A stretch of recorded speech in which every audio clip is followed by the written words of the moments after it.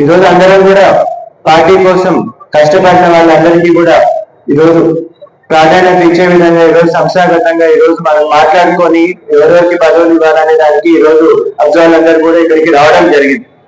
గతంలో వైఎస్ఆర్సీపీ గవర్నమెంట్ లో ఉన్నప్పుడు ప్రతి ఒక్కరు కూడా లోకల్ బాడీ ఎలక్షన్ జరిగినప్పుడు మున్సిపాలిటీలో కానీ లేకపోతే సర్పంచ్ ఎంపీటీసీ ఎలక్షన్ కానీ అందరూ కూడా ఆ రోజు ఎంత ఒత్తిడి పెట్టినా కూడా అందరూ కష్టపడి పోటీ చేసి డబ్బులు ఖర్చు పెట్టుకొని కొంతమంది గెలవడం జరిగింది, కొంతమందిని ఓడిపోవడం జరిగినా కూడా డబ్బులు ఖర్చు పెట్టుకోవడం జరిగింది.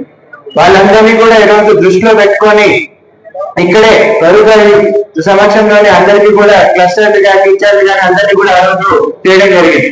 ఇప్పుడు కూడా ఎవరైతే కష్టపడ్డారో గతంలో వాళ్ళందరినీ కూడా దృష్టిలో పెట్టుకొని వాళ్ళందరికీ కమిటీల్లో అందరిలో చూడుంటారని నిన్ననే ప్రభుత్వాలతో కూడా వచ్చి కలిసి మాట్లాడడం జరిగింది. అందరికీ కూడా పెట్టుకుంటామని ప్రభుత్వాలు మాట్లాడడం జరిగింది. ఎవరు కూడా ఒకవేళ పేర్లు రాలేదని ఏదైనా ఉన్నా కూడా వాళ్ళందరి పేర్లు కూడా యాడ్ చేస్తారని సందర్భంగా తెలియజేస్తూ అబ్జర్వర్ కూడా ఇక్కడికి వచ్చారు కాబట్టి వాళ్ళ దృష్టి కూడా తీసుకొస్తున్నాను.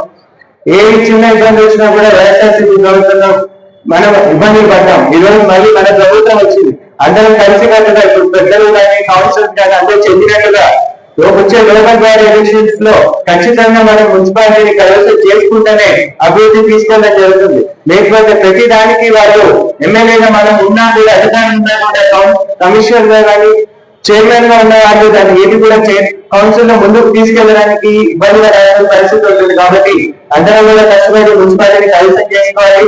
అలాగే సర్పంచులు కానీ ఎంపీటీసీలు కానీ అన్ని కూడా తెలుగుదేశం పార్టీ జెండా